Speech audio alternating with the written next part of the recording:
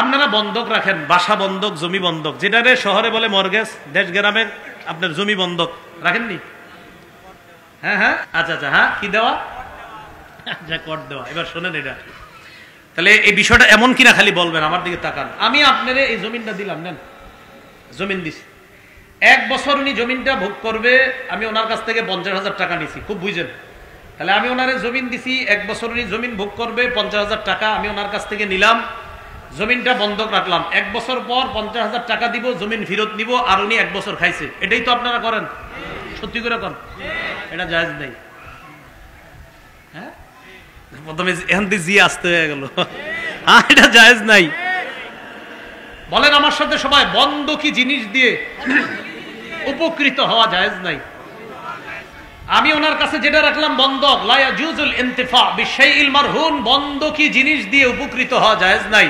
বাইহাকির বর্ণনা, আব্দুল্লাহ ইবনে মাসউদ রাদিয়াল্লাহু তাআলা আনহুর কাছে একজন আসার পর কয়, আসলাফতু রাজুলান 500 দিনার, আমি অমুককে 500 দিরহাম ঋণ দিয়েছি, বন্ধক রাখছি। কয় তাই নাকি? কয় হ্যাঁ।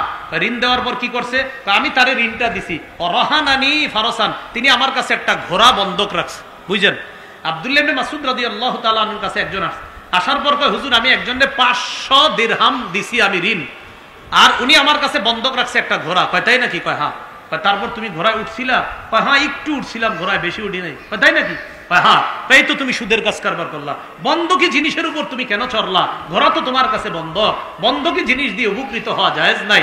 ঘোড়া এমনি রেখে দিবা, এটা তো বন্ধক, এটার উপরে যে তুমি চড়লা, আরোহণ করলা, উপকৃত হলা, এটা সুদের অন্তর্ভুক্ত হয়ে গেছে।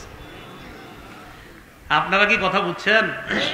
আচ্ছা আরো সহজে বুঝাই, এটা একটা স্বর্ণের চেন, নেন নেন, এটা স্বর্ণের চেন। এটা কি? স্বর্ণের চেন। এই স্বর্ণের চেনটা ওনারে দিলাম, ওনার কাছ থেকে 20,000 টাকা নিলাম। স্বর্ণের চেন উনি আমারে 5 মাস পরে দিয়ে দিবে, 20,000 টাকা ফেরত দিয়ে দিব। এই স্বর্ণের চেনটা উনি শখ কইরা ওনার মেয়ের বা নাতনির গলায় যদি দেয়, তাহলে এটা সুদি লেনদেন হয়ে যাবে। স্বর্ণের চেনটা ঘরের মধ্যে সুন্দর রেখে দিবে, আমি টাকা দিব, চেন ফেরত দিবে, এটারে ছুঁয়ে ছুঁয়ে দেখা কোনো দরকার নাই, কারণ এটা বন্ধকি জিনিস। বন্ধকি জিনিস দিয়ে উপকৃত হওয়া জায়েজ নেই। মনে থাকবে নি সবার? তাহলে স্বর্ণের চেনের জায়গায় জমিন রাখেন, স্বর্ণের চেনের জায়গায় জমিন রাখে দিলাম, তাহলে দেখি সবার বুঝে এসে গেছেন। তাহলে জমিন রাখলেন, টাকা নিলাম, জমিন আপনি যদি ভোগ করেন জায়েজ হবে না। হ্যাঁ, একটা সিস্টেম আছে, ভাড়া। বলেন কি? ভাড়া দিয়ে, যে 1 বছরের জন্য আপনার ভাড়া দিলাম, 20,000 টাকা দেন বা 10,000 দেন, টাকা আর ফেরত পাইবেন না, জমিন ফেরত দিয়ে দিবেন, আমি ভাড়া খাইছেন, বাস আমি আপনার থেকে 20,000 টাকা ভাড়া নিছি, 1 বছর জমিন খাইবেন, দিয়ে দিবেন, বা 2 বছর, যতদিন ভাড়া দেন। তাহলে ভাড়া জায়েজ। কিন্তু আপনারা যেই সিস্টেমটা করে এটার নাম দিচ্ছেন বন্ধক।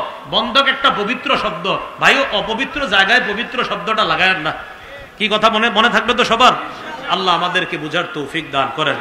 সর্বশেষ আপনাদের কাছে আমার আবদার, আমি জানি এই কাজটা ছেড়ে দেওয়া এত সহজে সম্ভব না, এটা এমন ভাবে ছড়ায় গেছে সমাজে, কিন্তু আজকে থেকে চেষ্টা করেন, পারবেন তো?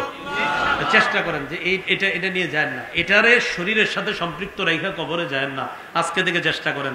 মাশাআল্লাহ, অনেক জায়গায় এই বয়ানের পরে অনেক মানুষ সুদের কারবার ছেড়ে দিছে, এরকম আমাদের কাছে সংবাদ আসছে যে ওই কিশোরগঞ্জে ঠিক আপনাদের এই বয়ানের বিষয়বস্তু দিছে, বয়ান করছে, ওখানে থেকে সংবাদ দিছে 4 জন আপনার একদম নামি দাগি বড় বড় যারা, মাশাআল্লাহ, ওনারা কমিটিরে জানাইছে যে ওই মাহফিলেই নিয়ত করছি আর সুদ খামু না। তো এরকম আল্লাহর রাস্তায় সুদের কারবার ছেড়ে দেন। আল্লাহ আমাদের সকলকে তৌফিক দান করেন।